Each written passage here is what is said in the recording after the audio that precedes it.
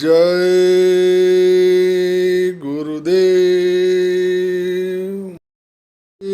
गुरुदेव जय गुरुदेव। जय गुरुदेव। जय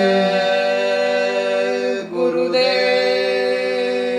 जय गुरुदेव नाम किसका? प्रभु का। जय गुरुदेव नाम किसका? प्रभु का। जय गुरुदेव नाम किसका? प्रभु का। प्रभु का पावन नाम। जय गुरुदेव। प्रभु का पावन नाम। जय गुरुदेव। प्रभु का पावन नाम। जय गुरुदेव। प्रेम से बोले जय गुरुदेव। प्रातः स्मरणीय सर्व समर्थ सदा सर्वत्र वंदनीय परम पूज्य नामी महाप्रभु आदरणीय बाबा जय गुरुदेव जी महाराज गुरु जी के चरणों में कोटि कोटि प्रणाम। उपस्थित सभी सत्संगी प्रेमी बच्चे बच्चियों सबको सादर सप्रेम जय गुरुदेव। गुरु महाराज की बड़ी विशेष कृपा हम सब पे, जो ऐसा अवसर प्रदान किया कि हम सब बैठ के प्रभु को याद करेंगे, गुरु से प्रार्थना करेंगे। मनुष्य जीवन के लिए यह समय बड़ा ही लाभकारी और उपयोगी होता है। जब भी ऐसा अवसर मिले उसका लाभ अवश्य लेना चाहिए। एक प्रार्थना बोली जाएगी, उसको आप लोग भी दोहराइएगा। पहले मैं बोलूँगा, फिर एक स्वर में आप लोग बोलिएगा। जय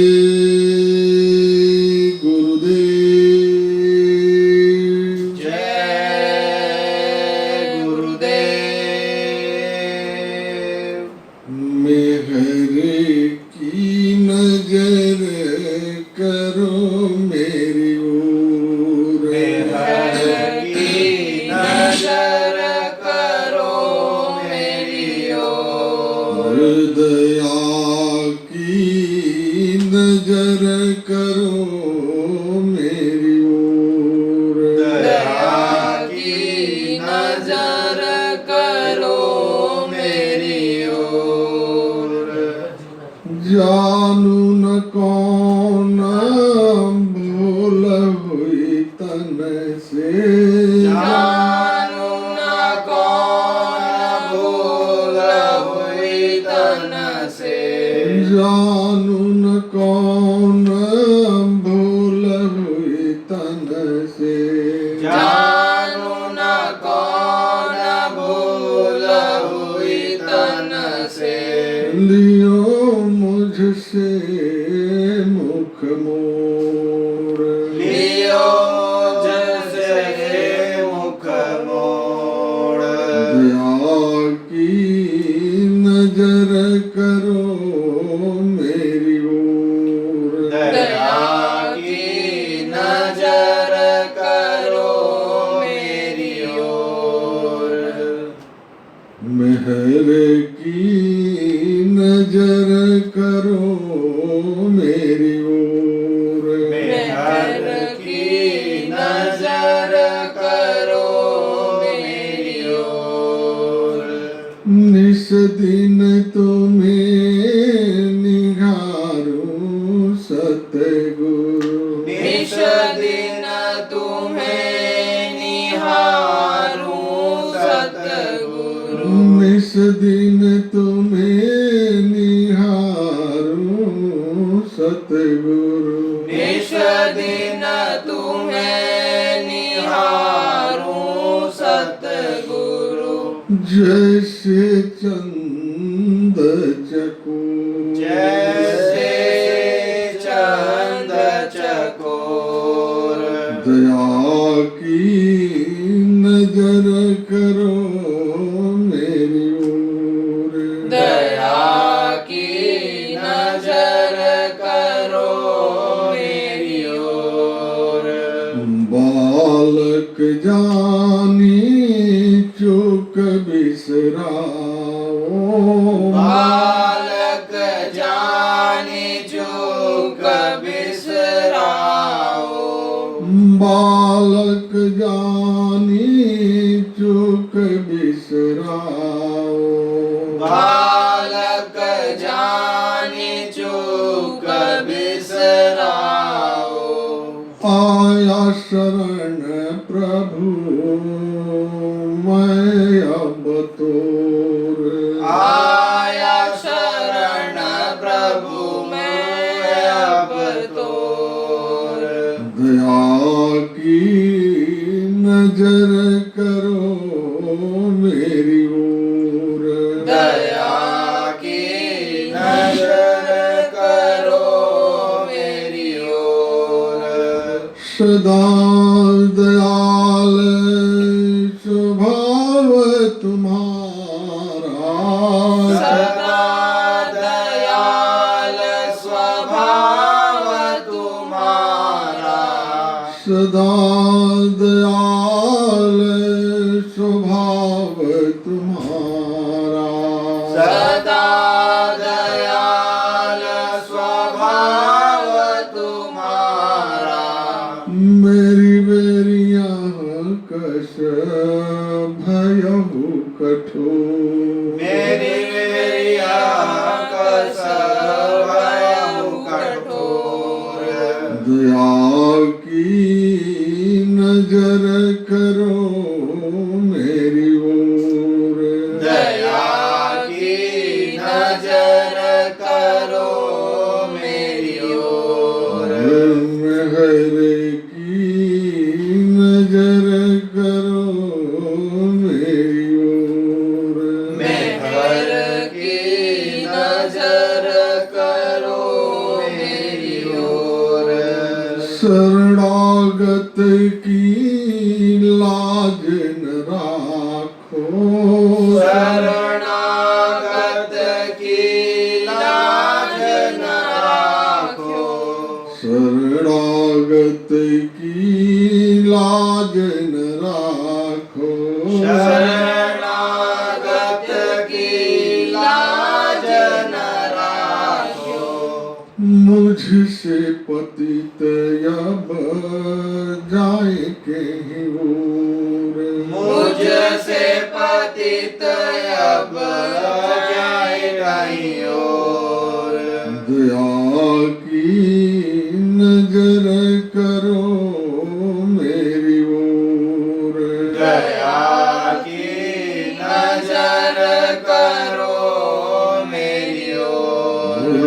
मेहर की नजर करो मेरी ओर, मेहर की नजर करो मेरी ओर।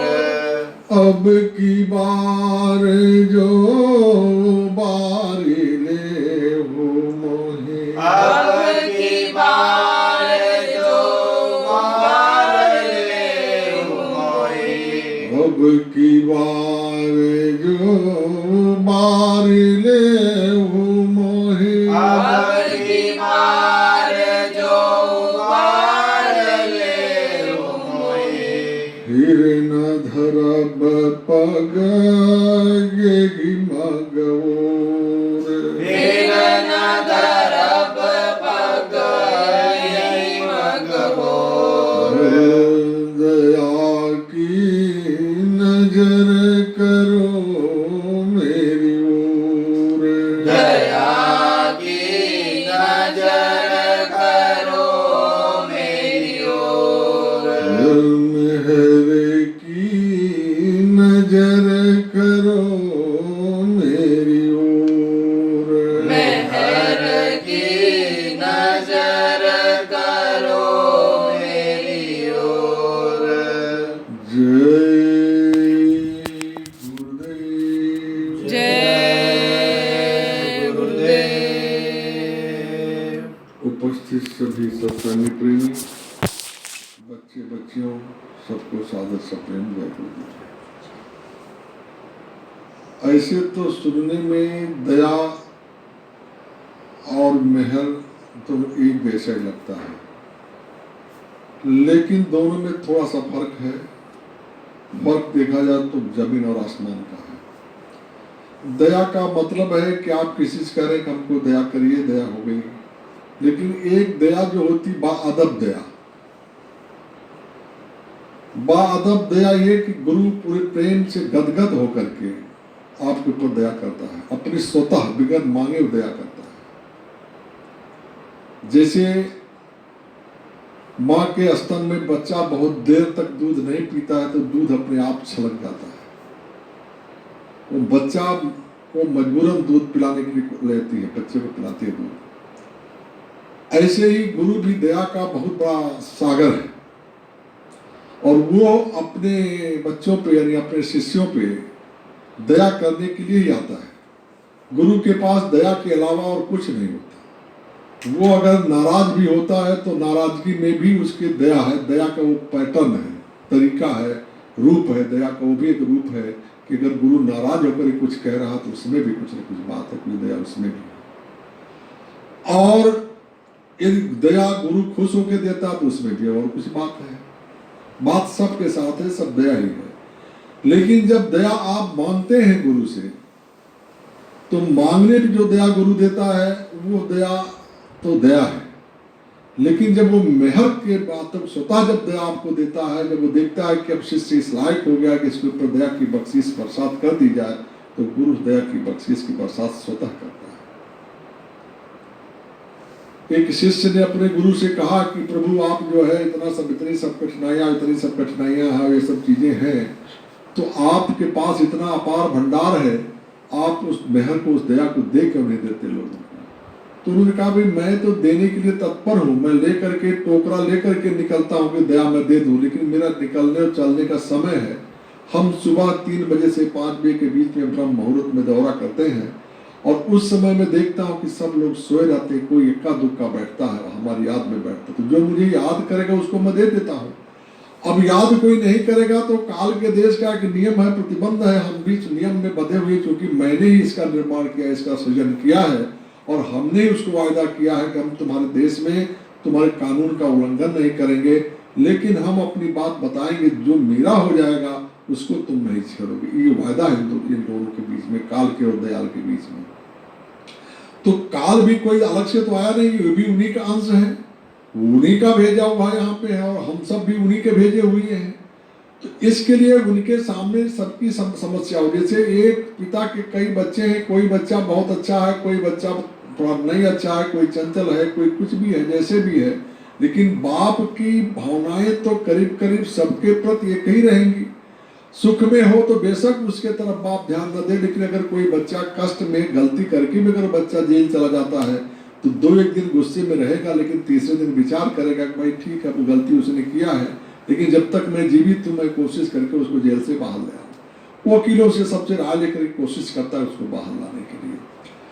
ऐसे ही संत सदगुरु वो परमात्मा के तद्रूप होते हैं, यानी स्वयं परमात्मा ही होते हैं एक तरीके से। आप देखा जाए उसमें उनमें कोई अंतर नहीं है, लेकिन जब तक समझ में बात नहीं आती तब तक उनको उनके तद्रूप भी समझ सकते हो या जैसे भी समझ लो, लेकिन उनमें और परमात्मा में कोई अंतर नहीं है। और ये सब दया करते हैं, जिनकी सारी दया जब वो मतलब इनके अंदर से दया खुद बहने लगती है तो वो मेहर हो जाती है और मांगने पर दया मिलती है वो दया होती है। इसका ये मतलब नहीं कि गुरु से दया मांगी न जाए। भीख मांगने के लिए तो सारे लोगों की जिम्मेदारी है, क्योंकि ये शिष्य का यह कर्तव्य है कि गुरु से हर क्षण हर पल मांगे, गुरु को हर पल याद करे और हर पल मांगे कि प्रभु मेरे से गलती हुई, मुझे माफ करो। माफी मांगना चाहिए, उससे कोई ऐसी चीज नहीं मांगनी चाहिए कि मुझे ये चाहिए, मुझे वो चाहिए, मुझे मोक्ष चाहिए, मुझे आप मिलो या हम आपके सतलोक पहुंचे या हमारा मोक्ष हो जाए। इन सब चीजों से आपसे मतलब नहीं होना चाहिए। आपसे मतलब सिर्फ और सिर्फ ये होना चाहिए कि मैं गुनाहगार हूँ, गुरु मैं गुनाहगार अति भारी, मैं अत्यंत गुनाहगार हूँ और मेरे इन गुनाहों को आप बख्शो, माफ करो, इस पे आप दया करो। ये भावना शिष्य के अंदर जब रहती है और शिष्य जब इसको छिन छिन पल पर गुरु को याद करता है तो वो एक समय ऐसा आ जाता है कि वो लहर जब चलती है तो लहर जब चलती जैसे समुद्र में लहर आती है। जब समुद्र में लहर आती है, लहर तो समुद्र में हमेशा आती रहती है, लेकिन एक लहर से दूसरे लहर के बीच में कुछ गैप हो जाता है, तो जो गैप का समय वो इंतजारी का समय होता है। जैसे दूसरी लहर आएगी किनारे की चीजें अंदर जाएंगी, अंदर की चीजें बाहर आएंगी। जो इसके ऐसे ही लहर जो आती है उस सत्पुरुष की, उस सतगुरु की, उस सतलोक से आपके घर अमर लोक से हमेशा लगातार धार आ रही है आपके बुलाने के लिए। कहा महापुरुषों ने कि कुदरती मेहराब में ऐतकी तुम सुन गौर से, आ रही धुर से सदा तुमको बुलाने के लिए। कुदरती मेहराब कौन सा? ये जो आपके शरीर का ढांचा है, यहाँ पे दोनों आंखों के ऊपर ये जो आपका रचना है, ये देखिए ये मेहराब के रूप में रचना है। इस मेहराब के अंदर दोनों आंखों के बीच आपकी आत्मा बैठी हुई है। तीसरा तिल वहीं पे है, वहीं पे आत्मा का ठेका है, और वहीं ये मन भी अपना अड्डा जमाए हुए है। दोनों का एक तरीके से गठबंधन है। आत्मा इस शरीर में नहीं है, लेकिन ना होते हुए भी इस शरीर के सारे कामों को संचालन करती है, और मन के साथ बधी हुई गठबंधन उसका है। इसी को गोस्वामी जी ने कहा कि जड़ चेतन ग्रंथ पड़ गई, छूट यद्यपि छूटे अति कठिन है। बहुत कठिनाई है। मन जड़ है और हमारी आत्मा चेतन है। इसमें सुरत और निरत दो भाग हैं। सुरत जो है वो सुनने का काम करती है, निरत देखने का काम करती है। जैसे आप टार्च जलाते हैं तो टार्च की जो आगे छाया रोशनी जाती है वो है अलग, और जो टार्च यहाँ मौजूद है ये है अलग। ऐसे ही जीवात्मा की रोशनी जब फैलती है तो उस निरत में उस चीज को देखती है, और सूरत में जो है उसको सुनने काम करती है। दोनों काम जीवात्मा करती है, और मन के बगैर साथ हुई ये काम आगे नहीं बढ़ पाता है। और महापुरुषों ने यही कहा कि भाई इसी चीज की साधना है, और इसी चीज की साधना के लिए गुरु आपको मिलता है। गुरु आपको कहता है कि आप अपनी आत्मा को जगाओ, आप अपने अंदर चलो। बिना अंदर चले हुए नहीं हो सकता। अंदर चलने का रास्ता उसने बताया कि अंदर जाने के लिए 3 काम, यानी आपको मुख्य रूप से सेवा करना है, और सेवा 3 तरीके का है। सेवा एक है आपके तन की सेवा, एक मन की सेवा, एक धन की सेवा।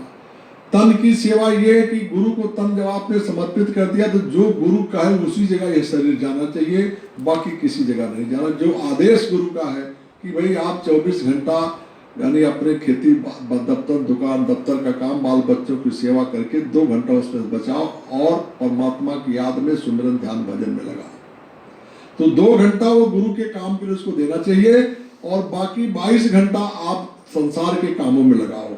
और ये संसार के काम भी आप अपना काम ना समझो, ये समझो कि ये सारा काम गुरु का है।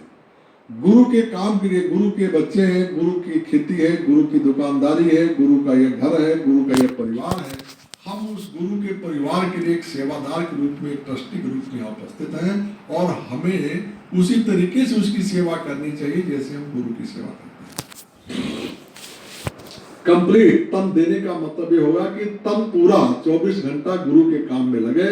संसार के काम भी गुरु के लिए, परिवार की सेवा भी गुरु के लिए, बच्चों की सेवा भी गुरु के लिए, आए गए का सत्कार भी गुरु के लिए। इस भावना में करो कि मैं गुरु के लिए कर रहा हूँ, ये काम मैं करूंगा। आगंतुक हमारा खुश होगा तो गुरु हमारा खुश हो जाएगा, परिवार खुश रहेगा तो गुरु हमारा खुश होगा, बच्चे खुश रहेंगे तो गुरु हमारा खुश होगा।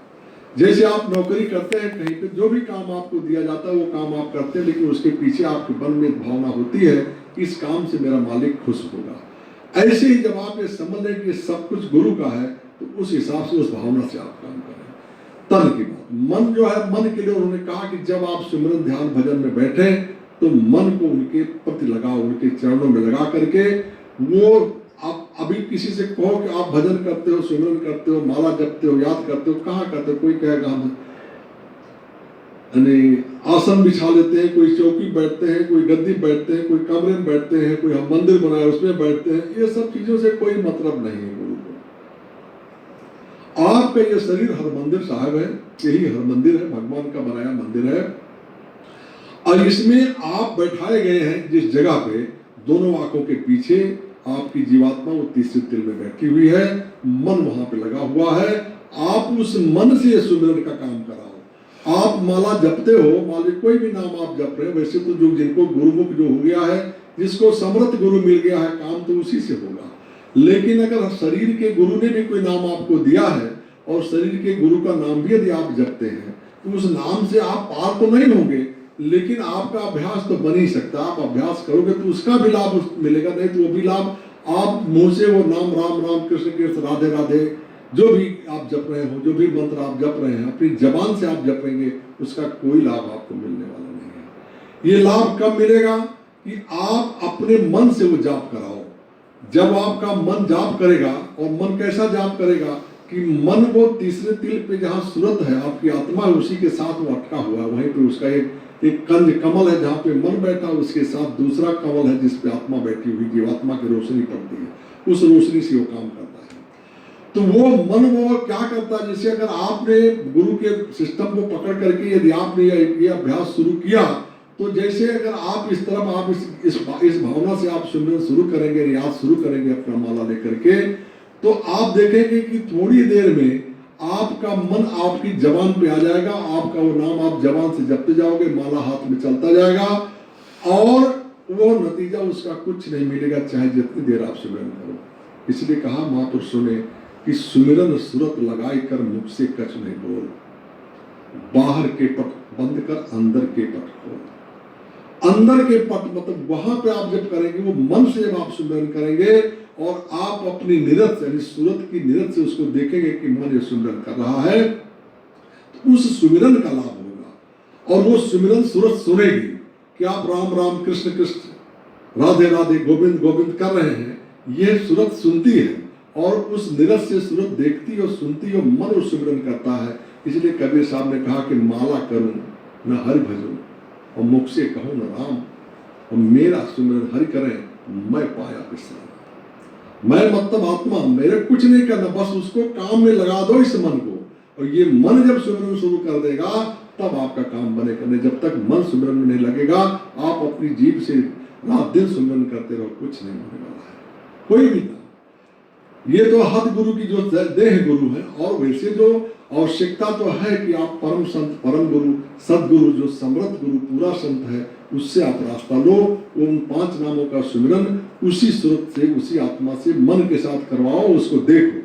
जब ये सुमिरन आपका शुरू होगा तो गुरु गदगद होता है, जब गुरु गदगद होगा तब आपको मेहर आपको करेगा। अब इसके लिए कुछ जरूरी चीजें हैं कि आप जैसे शरीर का आपने सेवा दिया, तन का और मन का सेवा दे दिए। मन की सेवा है कि उसके बताए हुए आदेश का पालन करो, और उन नामों का सुमिरन सूरत के साथ लगा करके, मन के साथ लग करके आप करो, तो ये मन की सेवा हो गई।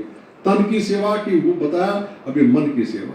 और धन की सेवा क्या है कि तन मन धन सब गुरु को देना पड़ता है। अगर आपको इस संसार से मुक्त होना है तो धन का देने का मतलब, गुरु आपके धन का लालची नहीं है, उसको कुछ चाहिए नहीं, लेकिन आप ये समझो कि ये सारा धन जो मेरे पास है, जो कुछ भी मुझे मिला हुआ है, ये सब गुरु का है। और उसमें से आप 1 रुपया भी खर्च करो तो आप विचार करो कि क्या ये खर्चा जायज है, ये खर्चा मुझे करना चाहिए, यदि ये खर्चा हमें नहीं करते हैं तो क्या ये चल सकता है। यदि आप ऐसा विचार करके उचित खर्च आप करेंगे और कमाई मेहनत और ईमानदारी की आपकी होगी, तो उसमें बरकत होगा, गुरु प्रसन्न होगा।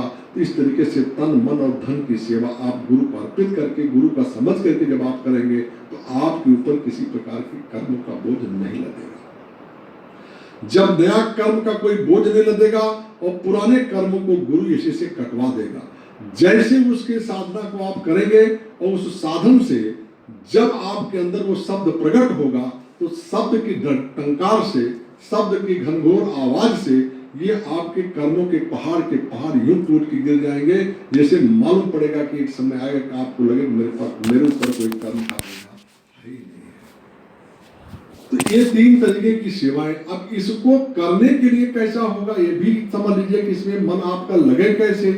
इसके लिए कुछ सांसारिक तरीके की आप संयम आपकी होना चाहिए, वाणी आपकी संयमित हो, कोई भी ऐसा शब्द अपने मुंह से नहीं निकालना चाहिए जो किसी को कठोर लगे, कोई भी गलत शब्द नहीं निकालना चाहिए, किसी भी परिस्थिति में नहीं निकालना चाहिए। यदि कोई स्थिति ऐसी बन भी जाती है तो उसको अपने मन में लेकर के छोड़ देना चाहिए, उसको उसके ना तो उसको बुरा कहना चाहिए ना उसको भला कहना चाहिए। जैसे समझिए कि ईसा मसीह को लोगों ने सूली पे चढ़ाया, उनको कीले ठोके, लेकिन उन्होंने परमात्मा से कहा, पिता इन लोगों को ज्ञान नहीं है, ये अज्ञानी है, क्या कर रहे हैं, इन्हें आप माफ कर देना। तो जो इस भावना में आप आओगे तब आप खुदा बन पाओगे, गाड बन पाओगे, और संत सदगुरु की जैसा उस स्थान को आप प्राप्त कर पाओगे जहां के आप हैं। यदि आप ऐसा नहीं कर पाएंगे तो गुरु की सारी मेहनत और आपकी सारी मेहनत व्यर्थ हो जाती है। इसलिए वाणी पे पूरा संयम होना चाहिए, वाणी पे पूरा संयम होगा तब हो सकता है। किसी की बुराई चुगली, किसी के प्रति मजाक नहीं होना चाहिए। एक गांव में कुछ लोग रहते थे, उस गांव में एक ब्राह्मण रहता था, और उस गांव के करीब उस समय गोरखनाथ जी थे। गोरखनाथ जी के समय का वो दृष्टांत है। वो जा रहे थे, तो वो गांव के करीब जब पहुंचे तो उन्होंने अपने एक शिष्य को आदेश दिया। कोई यद्यपि गोरखनाथ बहुत सक्षम सिद्ध थे, वो अपने लिए करते तो क्या कर देते, लेकिन अपने लिए करते तो कुछ होता ही नहीं उनके लिए। जो सिद्ध पुरुष होते हैं उनको मालूम पड़ता कि जानते इसमें हमको कुछ नहीं चाहिए, लेकिन संसार के लिए उनके दुख तकलीफ को देख कर कभी कभी कुछ न कुछ कर देते हैं। भरद्वाज के आश्रम में भरत जब गए रहने के लिए, तो भरद्वाज जी ने पूरी व्यवस्था कराई रिद्धियों सिद्धियों से, सबको ऐसी व्यवस्था दिया। गोस्वामी लिखते हैं कि वो व्यवस्था ऐसी कि इंद्र भी नहीं कर सकते हैं, और अयोध्या के लोगों ने देखा कि अयोध्या में भी ऐसी व्यवस्था नहीं है। वो व्यवस्था भरद्वाज जी ने वहां पे किया। लेकिन जब वो भरत जी प्रस्थान किए आगे के लिए, और उन रिद्धियों सिद्धियों ने कहा भरद्वाज जी से कि मान्यवर आप कहें तो एक मकान छोड़ देते हैं, इसमें अब आप रहो, इतने देते हो, आप झोपड़े में रहे हैं, एक मकान है रहने देता हूं और आप इसमें रहिए, और इसको ले हटाओ जल्दी से, देर मत करो, इसमें मैं रहता तो तुम मेरे बुलाने पे आ ही नहीं सकती थी, हमें इसकी क्या जरूरत है। हम जो लंगोटी में रहते हैं, जो हम अपना पलाश के पत्ते पर हम सोते हैं, और जो हम खाते हैं वो हमारे बहुत सफिशियंट है, बहुत उपयुक्त है, हमको इन सब चीजों की जरूरत नहीं है। तो गोरखनाथ तो बहुत सिद्ध पुरुष थे, सिद्धियां उनके पास थी, तो उनको कोई चीज की उठे, लेकिन जो नियम कायदा है शरीर का पालना होना है, उन्होंने अपने शिष्य से कहा कि जाओ, ये गांव करीब है, यहाँ हम रुक गए, गांव के बाहर रुक गए, बोले गांव में जाओ, अपने शिष्य को बोले कि जाओ और उस गांव से दूध लेकर के आओ। तो शिष्य दूध के लिए गया गांव में, तो गांव में जा रहा था, देखा कहीं कोई मिलता नहीं, कहीं कुछ गांव वाले कुछ निकलते नहीं, और उसी गांव में गरीब ब्राह्मण रहता था, निहायत ही गरीब था।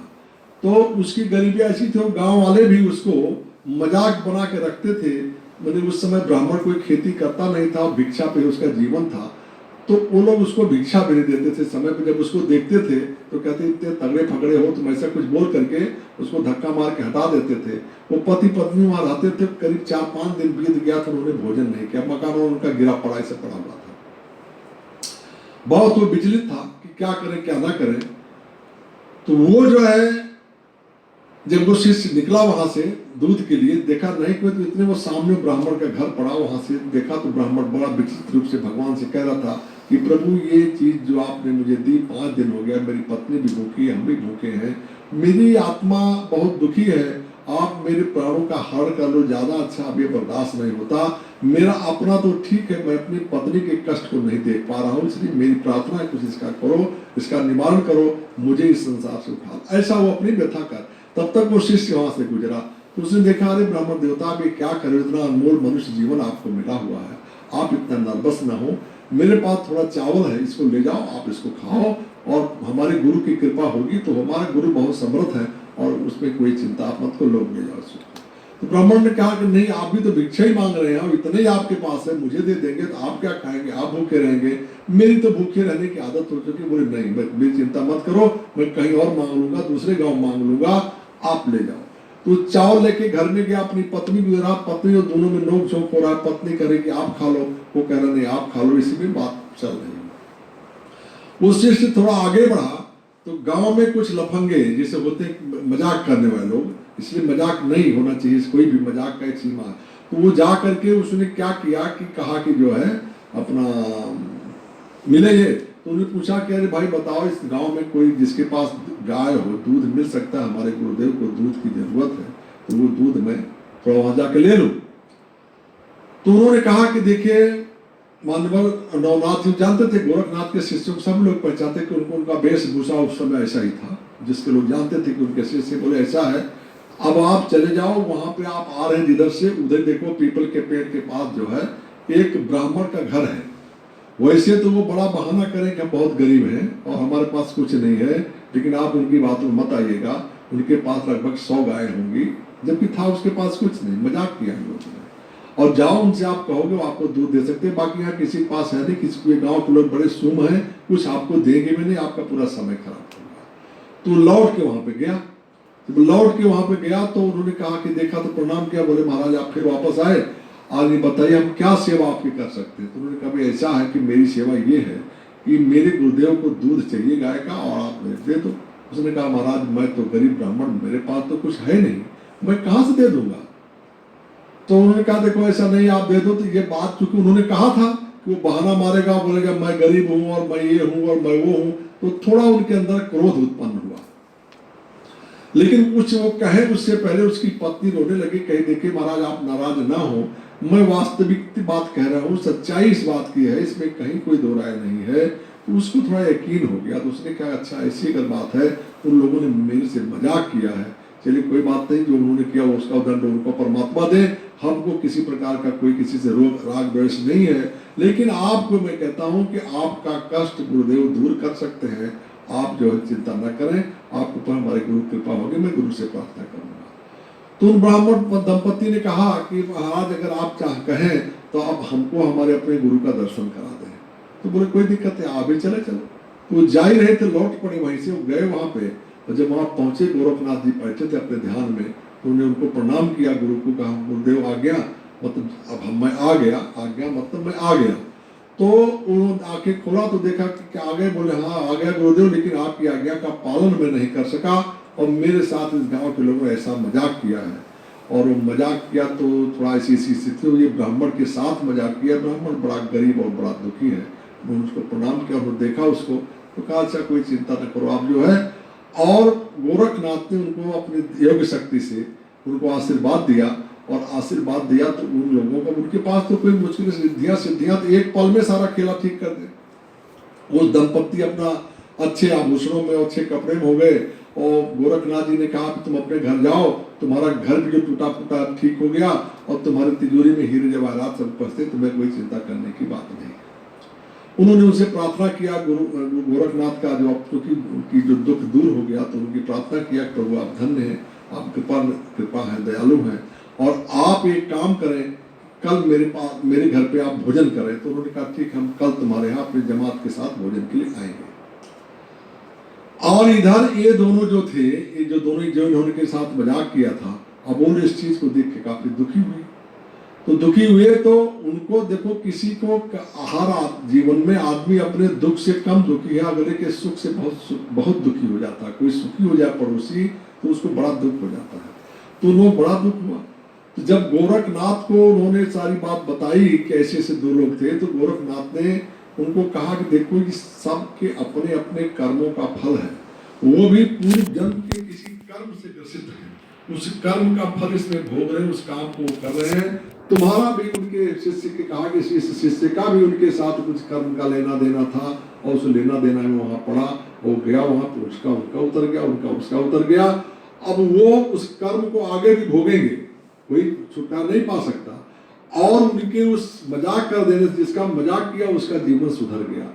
तो कहने का सवाल कि अगर आप सन्मार्ग पे हैं, परमार्थ के रास्ते पे हैं, परमात्मा को आप पाते हैं, तो संसार में किसको आप छोटा, किसको आप बड़ा समझ सकते हैं। संसार में सब परमात्मा के लोग हैं, सारे जीव परमात्मा के हैं, चाहे वो पशु पक्षी हो, चाहे वो पेड़ पौधे हो, चाहे मनुष्य योनि में हो, चाहे जैसे भी हो, कुत्ते बिल्ली की योनि में हो, कीड़े मकोड़े की योनि में हो, सारे के सारे वो हैं किसके, सब उसी परमात्मा, उसी प्रभु के हैं।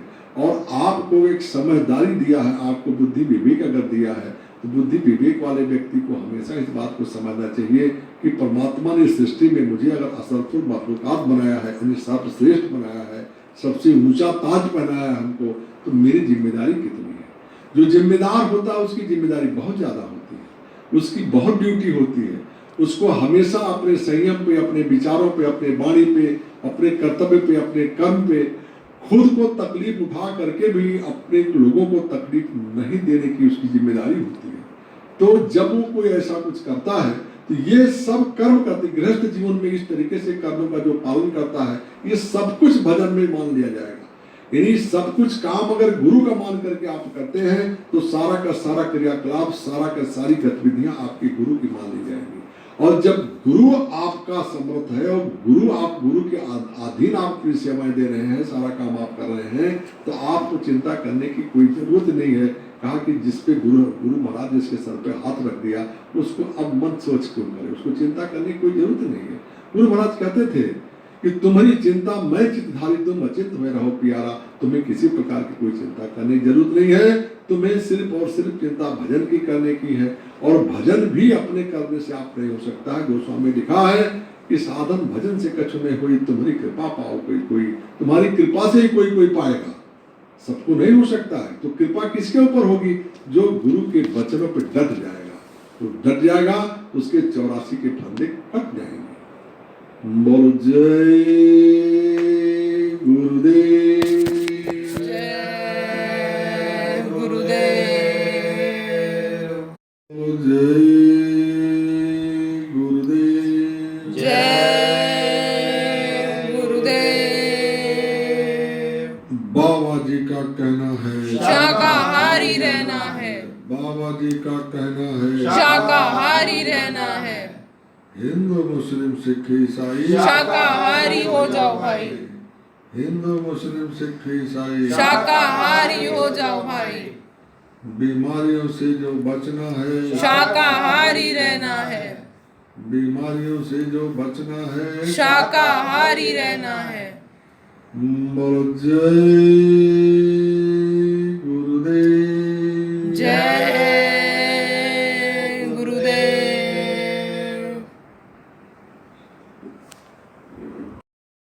जय